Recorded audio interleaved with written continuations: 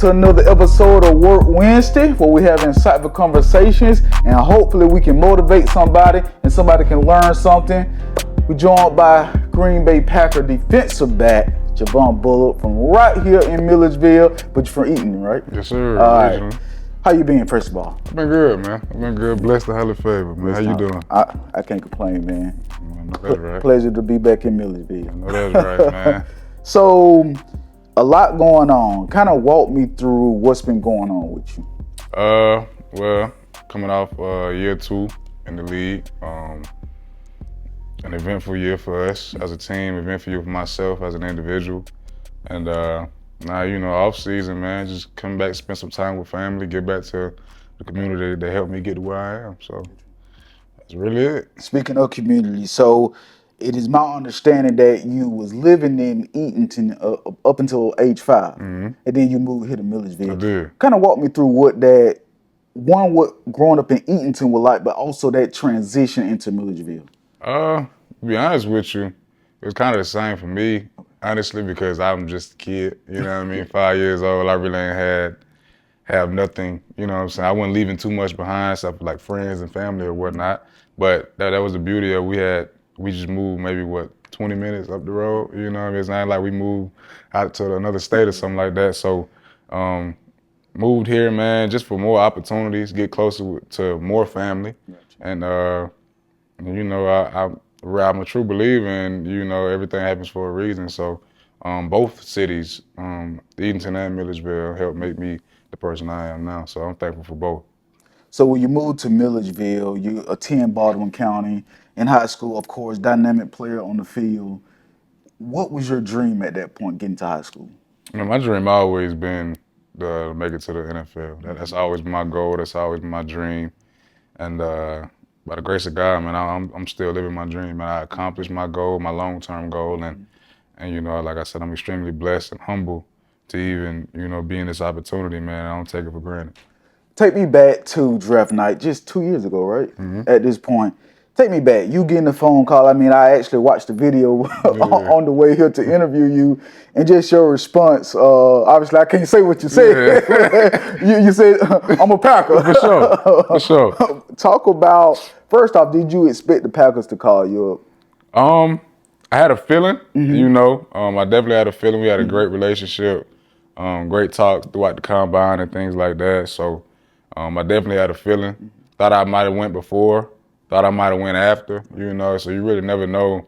At that point, you're just waiting, but crazy opportunity. I got to see my homeboys drafted, before me, my past teammates and things like that, close friends, see them accomplish their goals, and, that gives you a little bit more gratitude and hope, that your name is coming up. And shortly after, man, my name got called, and you can't really, still to this day, one of the, if not the biggest night of my life, just to have that opportunity in that moment, be right in front of you, and just think about all the things that you've been through, and to have that opportunity present itself like that, man, it's truly a blessing. Talk about some of the things you did go through prior to draft night.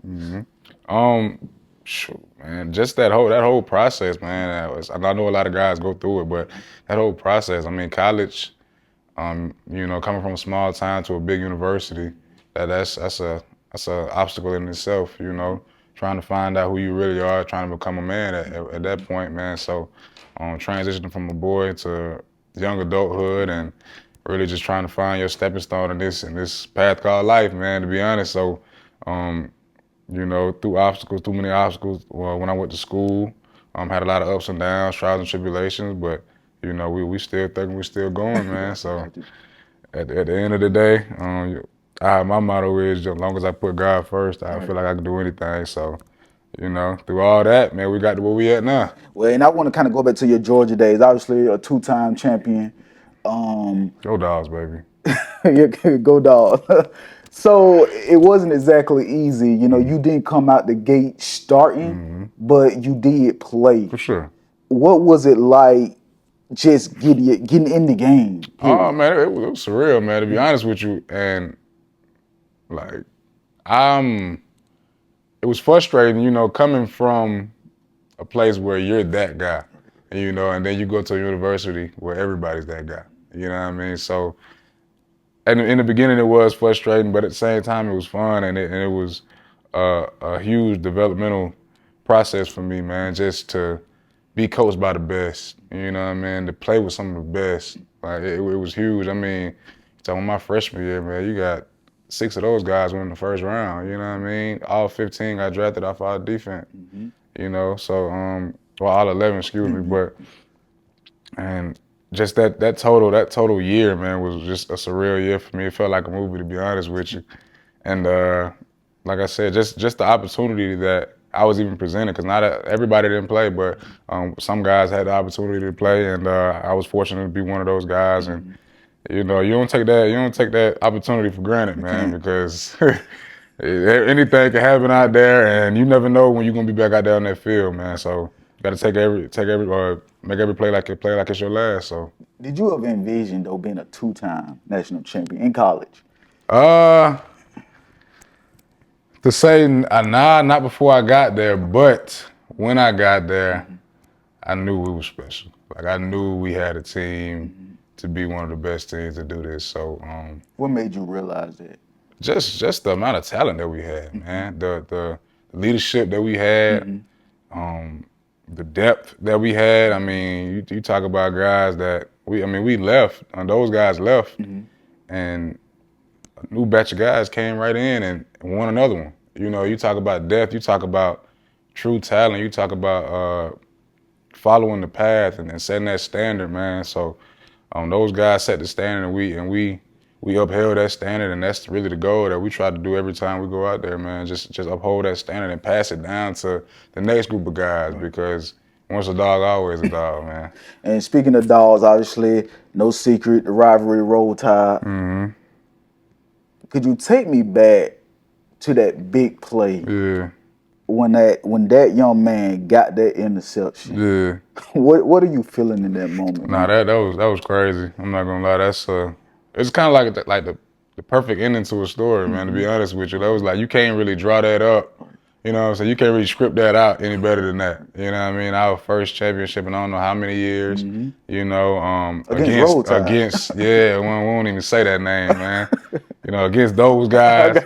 So, you know, it was a surreal moment, man, and huge credit to them, because you know that the rivalry goes, you know what I'm saying, back further before me. Right, you know what I mean? So, me too. You know what I mean? So it's a huge rivalry, and the way that ended, man, you couldn't have written it no better. You go on, you win another in the following year, as you said, but also before you transition into the NFL, you do face adversity. One of the things you face, obviously, is no secret. You face a DUI arrest in 2022. How do you face that? I mean, you make a mistake, you gotta own it. You know, you live and you learn, man. I don't got no regrets in this thing anything that I've done. To be honest with you, everything is a lesson. You know, and you know you gotta really, man, suffer the consequences of your actions. You know what I mean? So I did what I did, but I ain't let it keep me down. You know, and you gotta make that mistake. You gotta live on it. You gotta move forward, man. That's how life is, man. You gonna make mistakes in life. Anybody, myself, those before me, those that will come after me, man. So you really just gotta take that one and take that lick and keep going, man. Right. Did it put a damper, though, on transitioning to the NFL? You know, I wouldn't necessarily say putting a damper on it. It more so put a damper on me, to be honest with you. It had nothing to do with my goals or my aspirations of getting to the next level and things like that. That kind of just was more detrimental to me and my family, you know what I mean, more than anything. So Because of who you are. Yeah, who I am, and you know how I was raised and things like that. But I got a huge support system behind me, man. My family is second to none. I wouldn't trade them in for nothing, man. So without them, I definitely wouldn't be where I am, and without them, I definitely wouldn't have got through what I went through. So huge shout out to them, and you know that it's just another testimony of, you know, it takes a village, man. It's not only just my intermediate household, but I got friends, I got coaches, I got, you know what I mean, people that reached out all the time. So it's still like that. My support system is huge, and You know, I don't take that for granted. What was the conversation like from those around you that's really in your circle, that's really tapped in with you? Lock in, boy. Lock in, man. You got everybody don't get this opportunity. Don't mess it up, man. Don't mess it up. Don't take it for granted, man. Just lock in and really just it's not over. The world ain't end either. You know what I mean? Like the world ain't end. Like I got in trouble. You know, I made a mistake, like I said, but you know what I'm saying, the sun still came up the next day. You know what I mean? So it wasn't the end of the world, and you took that mistake, you made that mistake, and you just keep on moving, man. Try to fix your mistakes. But you said there was no regrets, but you did learn from it. What exactly did you learn from it to share with these other guys so they don't make that same mistake? I mean, man, whatever you do, man, think smart. And your actions not only dictate you, but they dictate others. You know, we've had many incidents at school with things like that, with driving and things like that. So don't take it for granted, man. And also, mistakes don't define you. And one mistake ain't gonna ruin. I mean, you know what I'm saying? They don't define you, man. One mistake not gonna hurt you. You know what I mean? Just try to learn from your mistakes. You know, and like I said, man, your actions not only affect you, but they affect others as well. So be mindful and just be considerate. And when you're doing what you're doing, when you're having your fun, man. Not telling you don't have fun, but when you are having your fun, man, just be considerate of others and yourself. So going back to the NFL, you get drafted to the Packers, and I did ask you this before the camera came on. Was the Packers the landing spot for you? I definitely didn't picture me ideally going to Green Bay. Like I ain't just say, oh, I want to go to Green Bay, you know. But God put you in situations that you, not necessarily what you want, but what you need to be in, you know. And that's the perfect spot for me. I'm extremely happy where I am, extremely blessed for the people that I've met, the relationships that I've built, and I definitely won't want to be nowhere else. Why does it matter so much? Because you've said it a couple of times, having the right people around you, especially in tough moments. Why is that so important? Not just as an athlete, but just as a person in life. To be honest with you, because you don't have all the answers, man. Quite frankly, you don't have all the answers. Your friends don't have all the answers, but that's the beauty of life, man. You're not in this by yourself, you know. So what we all go through, I mean, everybody's going through stuff. You never know what nobody's going through. And that's just the beauty of life, man. You build relationships, you instill trust in people that you really love and care about, that really love and care for you. And once you have something like a strong foundation, man, you got grounded people, very rooted people with the foundation, the same upbringings and same principles that you stand on. That's second to none. People underestimate how important that is. And if you got real friends, keep them. You know what I'm saying? You got spouses, whatever, real family members, cousins, uncles, moms, dad. You need to keep that relationship tight because life is short and you never know what you need until you need it. So always keep your relationships tight, man. Since covering you in high school, one thing that I knew early on that your mom and dad was heavily in your life. What did it mean, though, specifically to have a father figure in your life at such a young age? For sure, man. I believe I got the best dad on the planet, man. Best dad on the planet. Both parents, man. I feel like I got both best parents in the world, man. But just speaking of father figure, man, my dad was the epitome of what a dad should be. You know, wasn't a crazy talker, but you know, he led by example, and you know, the things that he felt like I needed to know, he taught me and things like that. So I love my dad dearly, and my mom as well. I mean, my mom is the epitome of what is held in our household. She's definitely the standard. She's definitely the one who pushes us to always thrive for more, never become content or complacent. And you know, she's always striving to be a better person, be a better mom, be a better student. You know, so I mean, both of my parents have instilled everything. I'm nothing without those people. Got it.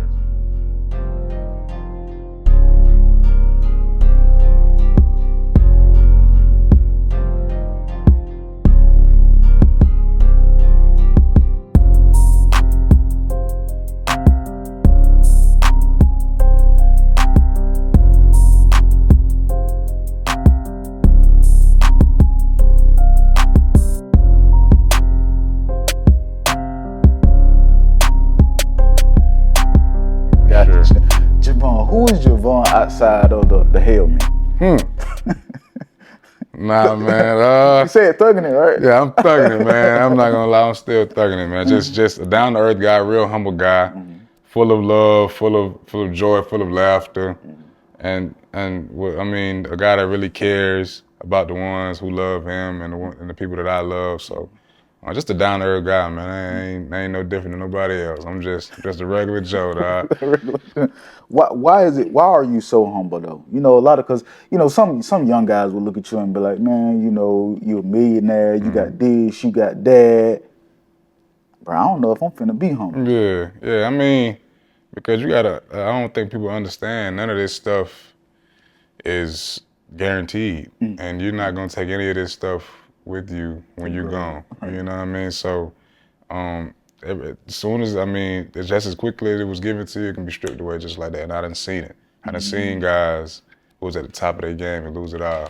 And you know, I don't look at that as a negative. I look at that as a more of a positive, because you can take that and you can flip it. It's all about perspective, man. You looking at that, you can be like, oh well, just don't do what he did. Or you can sit there and just think about it and be like, man, he had an opportunity and he didn't maximize that, but I got the same opportunity, so what I'm gonna do with it, you know? So, just man, it's all about being humble, to be honest with you. Now, you have your times. I'm not telling you to, you know, you can't be overconfident in what you've accomplished, because I'm extremely confident in what I've done and the things that I look forward to doing and my skill set. I'm extremely confident and extremely grateful as well. But like I said, it just show that gratitude, because this ain't all me.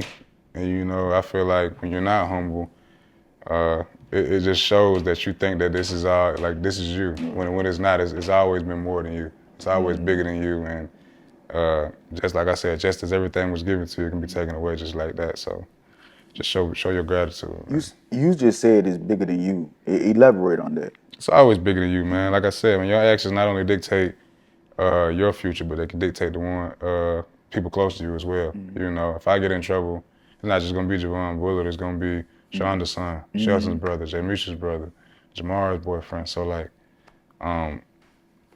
it's certain things that just can't be done. You know, or certain things that, whether I made that play or not, like it's certain things that it wasn't just me. You didn't see my lady done cooked a meal the night before, or you know, the coach, me and this coach talked specifically about this play. You know, so it's always somebody else. Like, it's all you can show. I mean, of course, you making those plays and you doing these things and your name's everywhere, but somebody always helped you get to where you are. And if you think it's all about you, then try doing it on yourself and see if you try doing it by yourself and see if you get the same result. That's a fact. And speaking of, how do your other half hold you down as far as the game, as far as just being a man? Yeah, man, you need somebody, and I'm still learning this, man. You definitely need somebody in this world full of chaos, man. You need somebody to hold you down and keep you level-headed. And I feel like that's what women really are put on this earth to do, man. Women just don't know how the power that they have of just having someone be calm within themselves, you know. And I feel like that's what my lady brings to me. She brings a sense of peace, a sense of calmness within myself, within our relationship, within our household. So it's definitely ain't been easy all the time, but I definitely wouldn't be where I am if it weren't for her either. How do you balance being in a relationship but being an athlete too? Because I would imagine that's probably not easy. Yeah, man. I mean, man, athlete. You can be in the corporate world. You can be an athlete. Relationship takes work, man, and that's girlfriend, boyfriend, friendships. Relationships take work, and you know, and if you're not willing to put in that work, then the relationship's not gonna work. You know, but if you really want it to work, you really love that person, you really want to be with that person, then you're gonna find ways to figure it out. You're gonna find ways to sacrifice certain things for others, and that's really what love is, man. Being sacrificial to the things that you may want, but you know, you separate, you take out the eyes and you put us in the middle. So, you know, that's really the epitome of what love is, man. Gotcha. Looking around your house, you got this picture back here, and I'm sure you got plenty more others. When you look around, has it just been, have you took it all in? I go from Milledgeville to University of Georgia to the NFL. Yeah, that's honestly, I was telling my people this, bro, like, I feel like that's why I come home so much because you can get lost in a world full of, I just say you get lost in the industry, man, when you're a quote unquote a high level guy and you see certain things, but being home just keeps me grounded, keeps me rooted, lets me know the things that really matter and not all the other BS that goes on, things like that. So being home really keeps me grounded to see the things that I've accomplished, the things that we've accomplished. It's definitely humbling. I'm extremely grateful, just to see all the things all the accolades and all the appreciation that, some people have for me, and I'm extremely grateful. Anytime I get a chance to, show my appreciation, I'm gonna do that.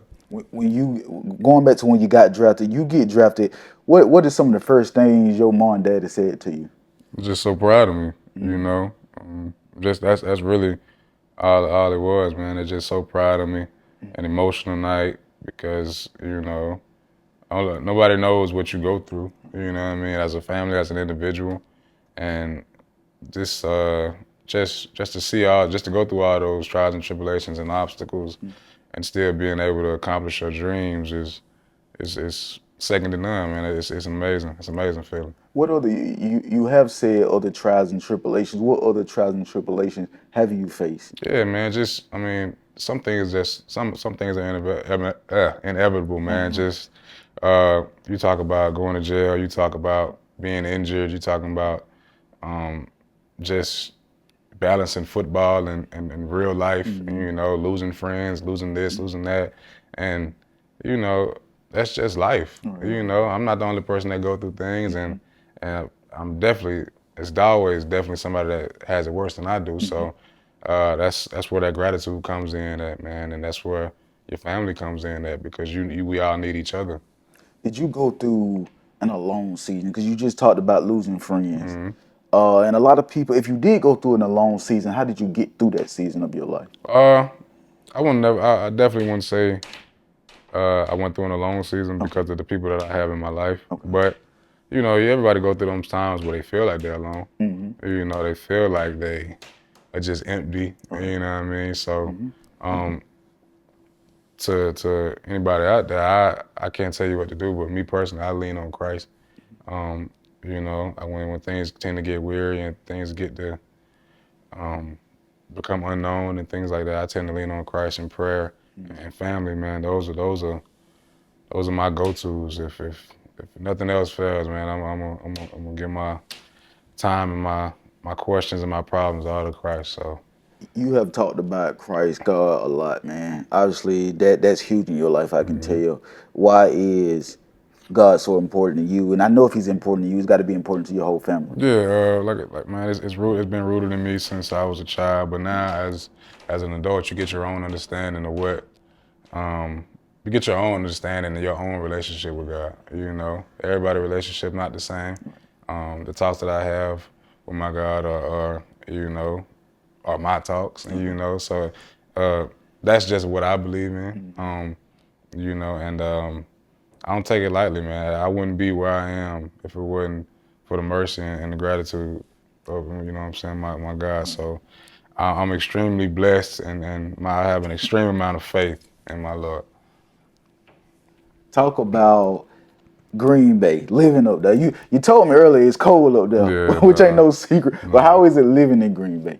It's nice, man. It's peaceful. To be honest with you, it's really a nice town, man. It kind of reminds you of a college town because it's just so much, like, it's just all about football. Whenever the Packers doing something, the city flooded. When the Packers not doing nothing, the city's just like, it's a desert town. You know what I mean? Ghost town, man. So I love it. It does get cold, man. It's definitely being from the South, that was an adjustment. Definitely had to get used to the cold, but once you're used to it, it's really a beautiful city. Who have you played against that you watched growing up? Played against a lot of guys, man. Jamar Chase, Odell, Tyreek Hill, Aaron Rodgers, Matthew Stafford, Devontae Adams. Everybody, man. Everybody. Who was the toughest wide receiver you done played? Probably Justin Jefferson. Justin Jefferson. Yeah, probably Justin Jefferson. He plays with the Watkins, right? Yep. Yeah. Why you choose him? He's just crafty. He a crafty guy, man. We done seen him make some crazy catches. So yeah, he definitely one of the toughest for sure. Who's the next up? I'm gonna take a guess and say Odell. Nah, I ain't gonna.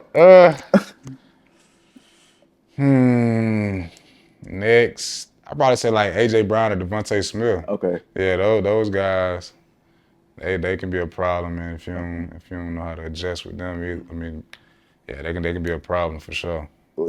Was there any moments where you faced them where it got heated on the field? Oh yeah, it's always gonna be chippy, man. That's just the passion that all of us have for this game. This game has done a lot for us, man. So it's just the love and passion being displayed on the field. It's an emotional game, man. So nothing wrong with showing a little passion there, man. What's the craziest thing you done said to one of the wide receivers?